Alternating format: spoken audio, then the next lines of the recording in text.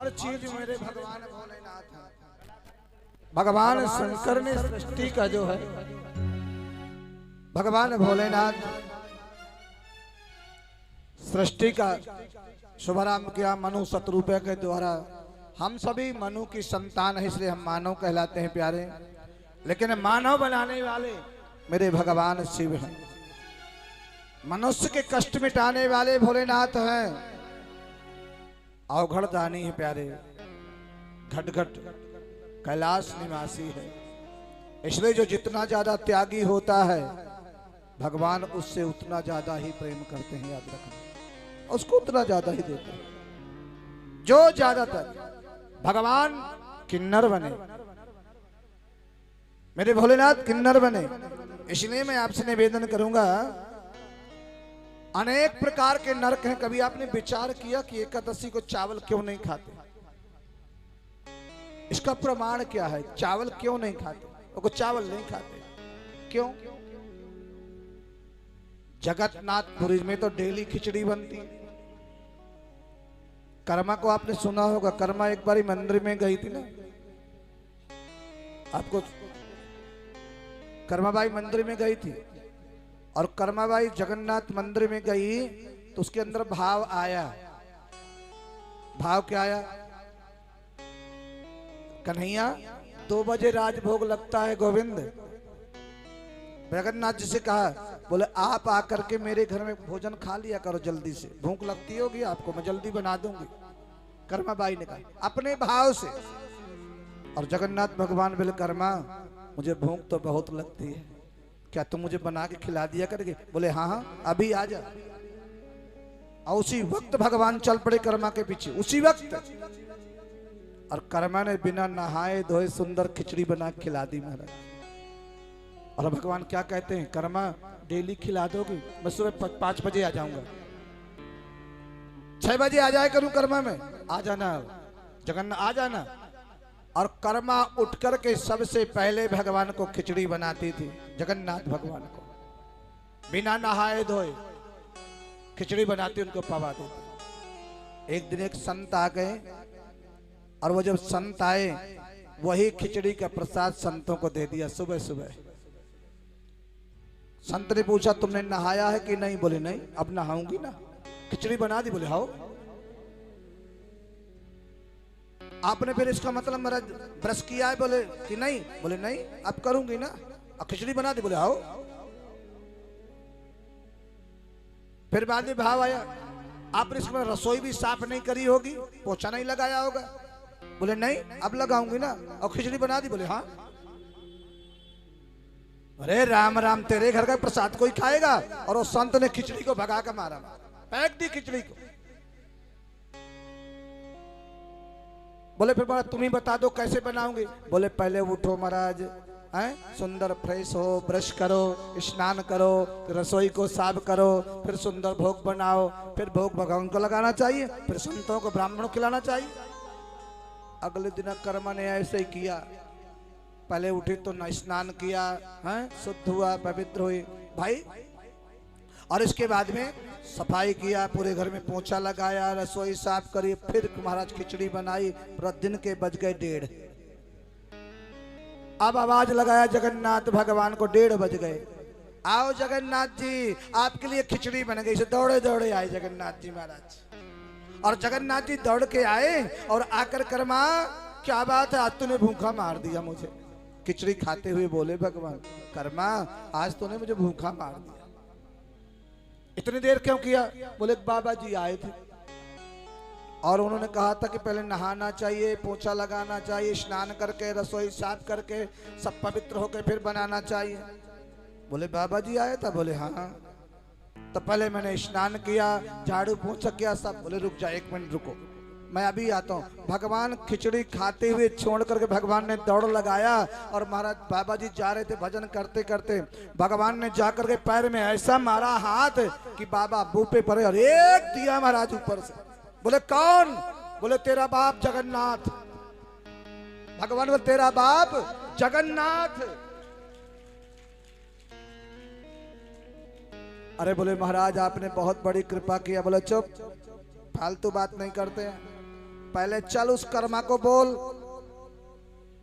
कि तो बिना नहाए धोए खिचड़ी बनाना, लेकिन प्रतिदिन उसी प्रकार खिचड़ी बनाना जैसे बनाते थे। तुम बहका के आ गए ना। इसलिए कहता हूं प्यारे, किसी के पास आवश्यकता नहीं पड़ेगी। अगर तुमने बाबा शिवनाथ भोलेनाथ के चरण पकड़ लिया, कभी पत्रा दिखाने की जरूरत नहीं पड़ेगी। सब कुछ देखने वाला, सिखाने वाला वो सबको, वेदों का, शास्त्रों का, संगीत का, सब मेरा भगवान है भोलेनाथ। नटराज है वो, नटराज कहां नहीं है वो, जरा विचार करना, किस जगह नहीं है, कुछ मानता। चल पहले कहो।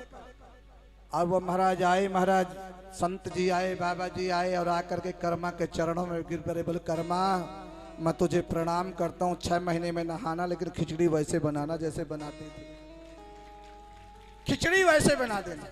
आज भी जगन्नाथ धाम में सबसे पहले कर्मा के नाम का भगवान जगन्नाथ बिना नहाए धोए खिचड़ी का भोग आता। आज भी नहीं भोलेनाथ, आज भी आता।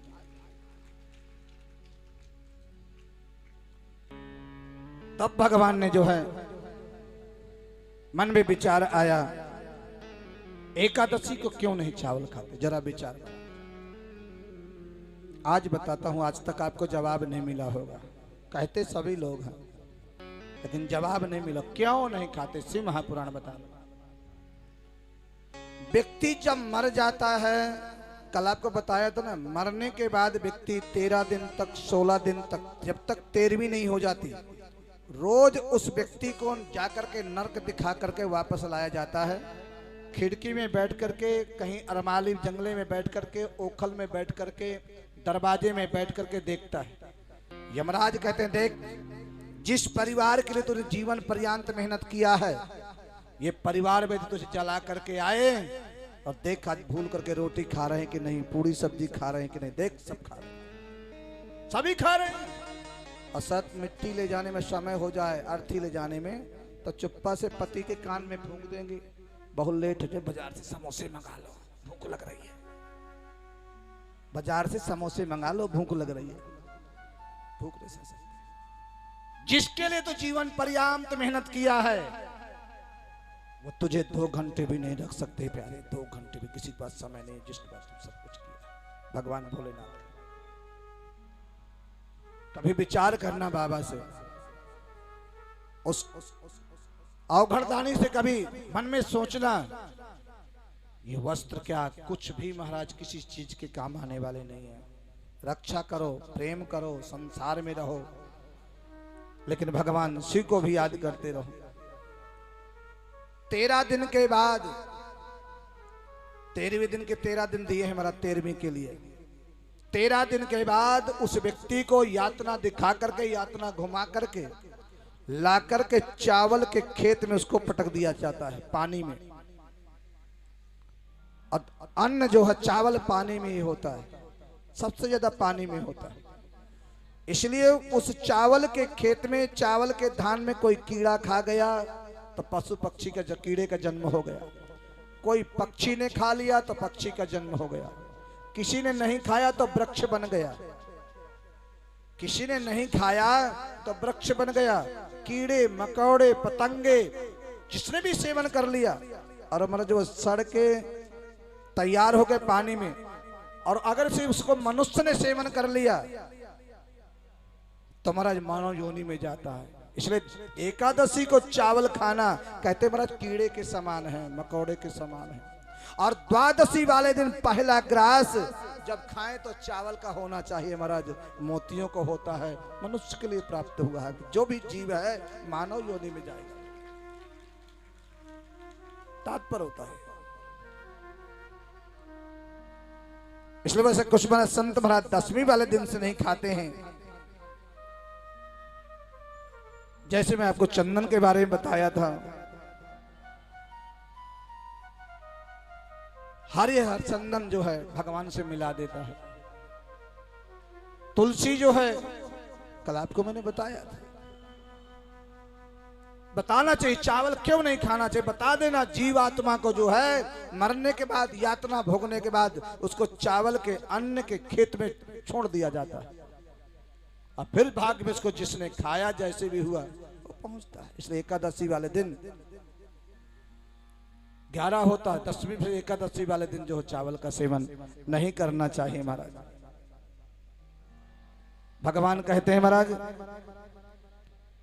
सती का बहुत सुंदर भोलेनाथ ने सती के साथ जैसे विवाह करके आए, आज दक्ष प्रजापति 27 कन्या उनके पास थी, लेकिन आज भी माता जगदम्बा सामने से निकल के जा रही थी। शेरा वाली पहाड़ों में निवास करने वाली दक्ष प्रजापति ने कहा जगदम्बा से, मेरे यहां महाराज अनेक बेटियां हुई, लेकिन मैं आपसे प्रार्थना करता हूं कि एक बेटी मेरे यहां और हो जाए। सती कोई और नहीं है, पार्वती कोई और नहीं है, एक जगदम्बा शेरा वाली ही है। दक्ष प्रजापति ने कहा एक बेटी मेरे यहां और हो जाए। तब शेरा वाली ने कहा, जगदम्बा ने कहा, अब तेरे लिए इतनी बेटी हो गई फिर भी तो अभी बेटी मान रहा है। कोई कोई पिता होता है महाराज जो खुश होता है बेटी को जन्म से। इतनी बेटी हुई, आज भी तुमने बेटी, अब बेटी नहीं है तेरे भाग्य में, लेकिन तूने मांगा है मैं स्वयं बेटी बन करके आऊंगा। तूने मांगा है मैं स्वयं बेटी बन के आऊंगा। वरदान दिया, और वही जगदम्बा शेरा वाली जो है दक्ष प्रजापति की यहां कन्या बन करके आई, बेटी बन करके आई, और वही महाराज सती है। वही सती है। सती ने आकर के जैसे जन्म लिया, 13 कन्याएं जो है धर्म के साथ विवाह किया गया। एक कन्या जो है भगवान शंकर के साथ दक्ष प्रजापति ने विवाह किया, जिसका नाम है सती।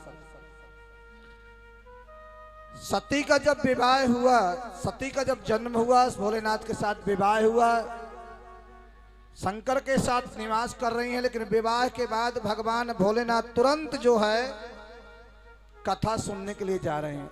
जरा विचार करना, भगवान शिव का विवाह हुआ, लेकिन कुंभज ऋषि के यहां जा रहे हैं कथा सुनने के लिए।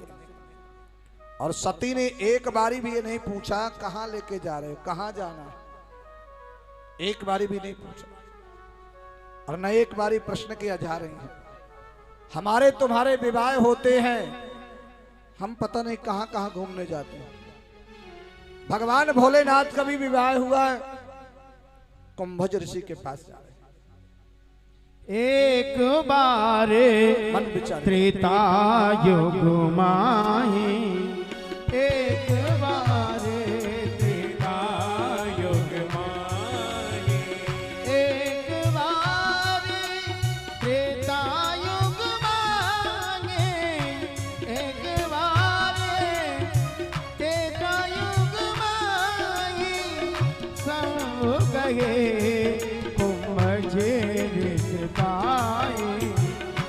संग नारी जग जननी भवानी, संग नारी जग जननी भवानी, पूछी ऋषि अखिलेश्वर जाने, पूछी ऋषि अखिलेश्वर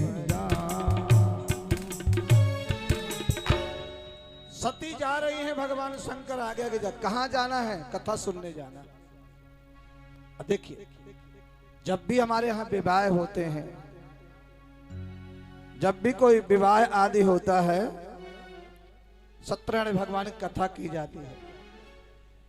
कल आपको बताएंगे भगवान का सत्यनारायण नाम कब से पड़ा, क्यों पड़ा। एक एक शब्द का वर्णन है श्री महापुराण में, एक एक, कोई ऐसा पूजा के बारे में नहीं। भगवान का सत्यनारायण नाम क्यों पड़ा, ये लक्ष्मी कब प्रकट हुई, संतान लक्ष्मी, वैभव लक्ष्मी, ग्रह लक्ष्मी, ये कब प्रकट हुई, शिव महापुराण में वर्णन है महाराज। आज जा रहे हैं भगवान भोलेनाथ कुंभज ऋषि के यहाँ जा रहे हैं, साथ में सती हैं। सती के मन में एक भाव ये था, कहाँ लेके जा रहे हैं। और जैसे मेरे भोलेनाथ बाबा कुंभज ऋषि के पास पहुंचे हैं, कुंभज ऋषि ने कहा, सोचा कि मेरे घर में साक्षात अवघड़दानी भगवान भोलेनाथ आए हैं। तुरंत महाराज भोलेनाथ के चरण धोए हैं, प्रणाम किया, दंडवत किया। सती ने मन में भाव आया, हमें कथा सुनाने वाले को प्रणाम करना चाहिए। कथा सुनाने वाला प्रणाम नहीं करना चाहिए, कथा सुनाने वाले को वंदन करना चाहिए। सती ने मन में सोचा, जो हमें ही प्रणाम कर रहे हैं तो कथा क्या सुनाएंगे। व्यासाय विष्णु रूपाय व्यास रूपाय विष्णवे, साक्षात भगवान शिव विष्णु का रूप होता है कथा बात। सती ने मन में सोचा, ये हमारी पूजा स्वयं कर रहे हैं तो कथा कैसे सुनाएंगे। ये अभिमान आ गया, सब भाव आया। और प्यारे, पूजा करके कुंभज ऋषि ने सुंदर सुंदर भगवान की कथा सुनाई। राम कथा मुनि वर्ज बखानी, सुनी महेश परम सुख मानी। कुंभज ऋषि ने जब कथा को सुनाया महाराज, अद्भुत कथा सुनाया, भगवान भोलेनाथ ने सुनकर के बहुत गदगद हुए, बहुत गदगद हुए, आनंदित हो गए बाबा भोलेनाथ। लेकिन सती ने कथा नहीं सुनी, उसका मन कहीं और था, उसका कथा में मन नहीं लगा। और मैंने कहा था प्यारे, भगवान शिव की कथा में मन लगाना बड़ा मुश्किल है, क्योंकि ये समझने का विषय है, ये मुक्ति का विषय है, और मुक्ति सबको नहीं मिलती। कथा में दो व्यक्ति जरूर आते हैं, कथा में दो व्यक्ति जरूर आते हैं महाराज। एक आती है निंद्रा और एक आता है नारद, दोनों जरूर आते हैं।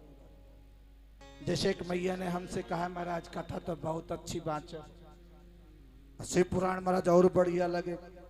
कल हमसे एक देवी जी कह रही थी, महाराज सावन के महीने में हर साल करना। मैंने कहा मैया कमाल कर दिया, हर हर महादेव। और वो उस जैसी देवियां दो चार हो जाए ना तो कथा हर साल आ जाएगी, लेकिन दो ही दिखाई पड़ती है। हमें तो दो ही दिखाई दे, 5-7 महिला मंडल है जाए ना, कथा तो बड़ा अच्छा रोज सुनते रहो। जैसे है सुनाने का तो भंडार है, 5-7 महिला इतनी अद्भुत होते थे। मैया ने कहा, महाराज शिव पुराण बहुत अच्छी लगी, बड़ी सुंदर लगी। तो मैंने पूछा, महाराज आपको कथा में क्या सुंदर लगा। पुरानी कथा है, याद आ गई, मारवाड़ी मैया। मैया ने कहा, महाराज जब कथा सुनाओ बड़ी सोहनी बाँचो हो कथा। अब मैंने कहा मैया बता तो सही, तुम्हें अच्छा क्या लगा। अरे मैं महाराज थाने के बोलूं, थाने क्यों बोलूं महाराज, मैं 2-2 गोली खाऊं तब मने नींद को नहीं आवे महाराज। आपकी कथा में तो बैठते ही नींद आ जावे, इतनी सोहनी बात बैठते ही। एक निंद्रा, एक नारद आता है। नारद क्या करता है, 2 मिनट बैठेगा, फिर खड़ा होके जाएगा, फिर आके बैठ जाएंगे, फिर उसको तो पहचान लोगे ये नारद है, ये टिक नहीं सकता। कथा नारद जी कहीं टिकते है ही नहीं, जो बार बार खड़े हों, बार बार आके बैठ जाए तो मान लेना नारद कथा में आ गए हैं। और नींद का भी पता कब नहीं चल पाता है। देवियों के अंदर तो सुविधा दी गई, घूंघट दिया, घूंघट किया तो क्या कथा सुन रही हूं नेत्र बंद करके। और पता है एक बारी पंडित जी भी नरक में गए और एक ड्राइवर नरक में गया, दोनों गए बैकुंठ, दोनों बैकुंठ गए। जब दोनों बैकुंठ गए तो ड्राइवर बढ़िया चाबी लिए, खाए गुटखा, गुटखा खाए खड़ा था आगे लाइन पे। ड्राइवर तो चाबी हलामे और गुटखा। शाम के 7 बजे पहुंचे सो महाराज बैकुंठ के दरवाजा बंद हो गए। रात भर पंडित जी भी खड़े रहे और वो ड्राइवर भी खड़ा रहा पूरी रात। सुबह हुआ, धर्मराज जी आए, नंबर आया, पंडित जी भी खड़े पीछे से देख रहे, बताओ ये गुटखा खा रहा है, ये ड्राइवर मेरे से आगे लाइन में खड़ा है, हम पंडित जी जगह जगह कथा सुनाम है, वेद पुराण सुनाम है, ये हमारे से आगे लाइन में खड़ा है। पंडित जी को जलन हो रही थी। धर्मराज जी आए और सबसे पहले उसका नंबर आया ड्राइवर का, भैया जाओ इतने नंबर का कमरा है, वहां बढ़िया सुंदर जो है आपको बना बनाए प्रसाद मिलेगा, चकाचक व्यवस्था है, आप आराम से रहो जाकर के जाओ। डल्लब के गद्दे फद्दे एसी पेसी सब वहां कंप्लीट है महाराज। गाइड पंडित जी का नंबर है, पंडित जी जाओ वहां पे हाथ वाली चकिया रखी है, टूटी सी खाट पड़ी है, आटा खूब पीसना, आलू के महाराज आलू रखे हैं, टमाटर रखे हैं, बना के सब्जी खूब आराम से खाना। पंडित जी ने दोनों करम में हाथ रखे और बड़बड़ाने लग गए, अरे हमने दुनिया को कथा सुनाया है, हमने अनेक भंडारे कराए हैं, अनेक तीर्थों में गए हैं, एक ड्राइवर को इतनी अच्छी व्यवस्था दे दिया, एक पंडित जी को महाराज टूटी खाट, हाथ में पीसने वाली आटे की चक्की दे पकड़ा दी, गेहूं रखा है, नमक रखा है, खाओ बनाओ। पंडित जी से धर्मराज जी बोले चुप रहना पंडित जी महाराज, ये तुम्हारा अलीपुर नहीं है, ये बैकुंठ है, तुरंत नीचे गिरा दूंगा, देख लो वहीं नरक में जाओ। चिल्लाने के नहीं, बैकुंठ है ये, कोई तमाशा नहीं है। पता है ड्राइवर को क्यों इतनी सुविधा मिली? बोले क्यों? बोले जब बस चलाता था ना, इतनी तेज चलाता तो सारी पब्लिक हनुमान चालीसा का पाठ करती थी, सारी पब्लिक हनुमान चालीसा का पाठ करती, इसलिए आया हुआ। कोई भी गाड़ी चलाता। और तुम जब तुम कथा सुनाते थे ना तो सुनने वाले सो जाते, जब तुम कथा सुनाते सुनने वाले, तो हमारा ध्यान रखना, कोई पड़ोस में सो रहे है, जग जा, पंडित जी को नरक में जाना पड़ेगा मार, कोई अगर सो तुरंत गोनी मार देना, कहीं हमारे पंडित जी नरक में न चले जाए, हमारा ध्यान देना और किसी को देना चाहे देना। बोलो हारे हारे। इसलिए वैकुंठ भगवान भोलेनाथ बहुत मस्ती से कथा सुने, भाव में कथा सुना, भगवान बड़े ध्यान से कथा सुना, लेकिन सती को कथा अच्छी नहीं लगी, न कथा सुने वाला, नींद में बैठे रहे।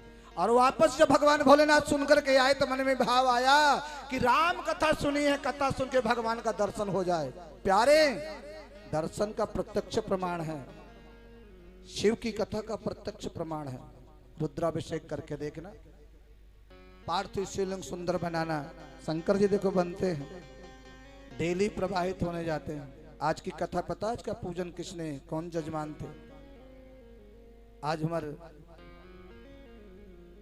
कंवर सिंह गर्ग जी रानी बाग से थे, जो उन्होंने यहाँ आज के पूजन किया सुंदर भोलेनाथ कहने, और वो यहाँ पे उपस्थित नहीं, पूजा करा के चले गए थे, और वहां से आए, सुंदर महाराज व्यवस्था किया, सुबह का रुद्राभिषेक किया, लगभग 1 बजे यहाँ से वो गए दान पुण्य दे करके, और इस कथा में आकर के उन्होंने 5100 रुपया का दान दे करके गए हैं। उनके लिए परिवार को जोरदार ताली बजाइए। अभी और भी आएंगे, रोहिणी से भी। दुर्भाग्य है हम जैसे लोगों, शिव महापुराण के लिए। कल बुडपुर से आए महाराज, मैंने कहा था ना, आपने देखा था कितनी भक्ति, कुछ भी नहीं, कई हजारों में लोग, इतनी अद्भुत शिव महापुराण है, बहुत अद्भुत। आज सुंदर हमारे प्रसाद की जो व्यवस्था कर रहे हैं अनिल सिंह जी, उनके बेटों ने आज प्रसाद की व्यवस्था किया है, और उनकी मां साधना, उनकी तरफ से प्रसाद की व्यवस्था हुई है। बाबा के दरबार में कमी नहीं है महाराज, देने वालों की कमी नहीं है, और जो बाबा के दरबार में करते हैं भगवान भोलेनाथ, उनके भंडार कभी खाली रखता नहीं है, प्रमाण है उसके लिए, कभी खाली। इसलिए मैं निवेदन करता हूं प्यारे कि भोलेनाथ के लिए उससे प्रार्थना करना चाहिए, बाबा सब पे कृपा बरसाए रखना, और सब पे कृपा करता है भगवान भोलेनाथ। सभी से प्रार्थना करते हैं, भगवान मेरे बाबा सब पर कृपा करना। बाबा से कह देना भोलेनाथ अब दया करो, हाँ भोलेनाथ।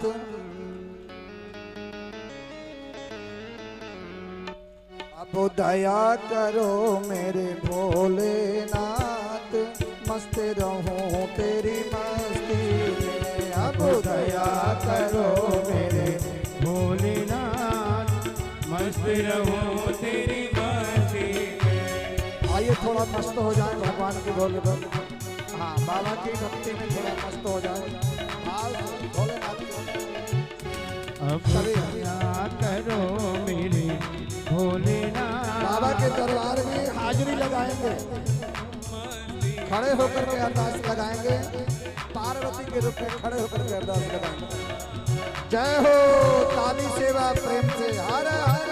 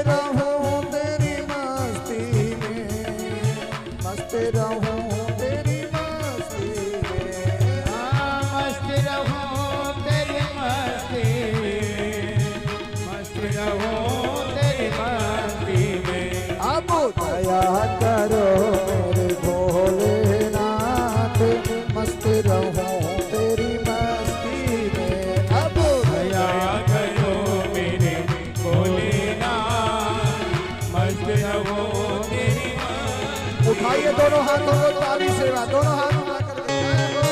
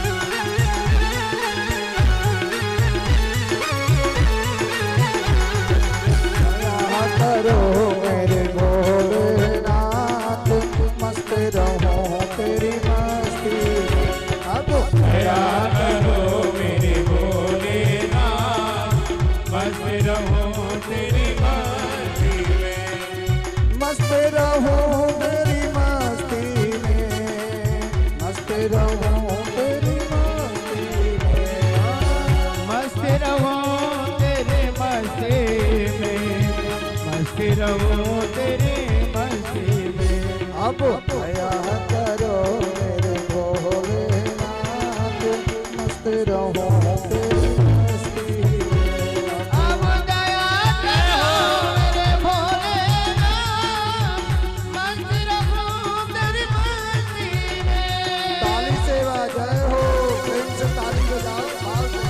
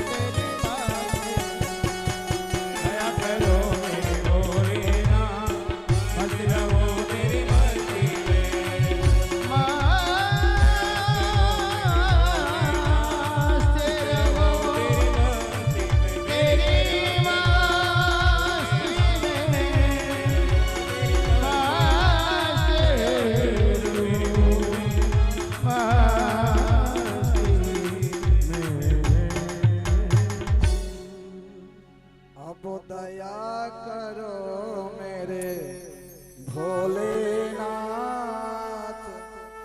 मस्त रहूं तेरी मस्ती में, मेरे सिर पे रख दो अपने हाथ, मस्त रहूं तेरी मस्ती में। खाली न जाता कोई दर से तुम्हारे, खाली न जाता कोई दर से तुम्हारे, मैं भी खड़ी हूँ बाबा झोली बसा।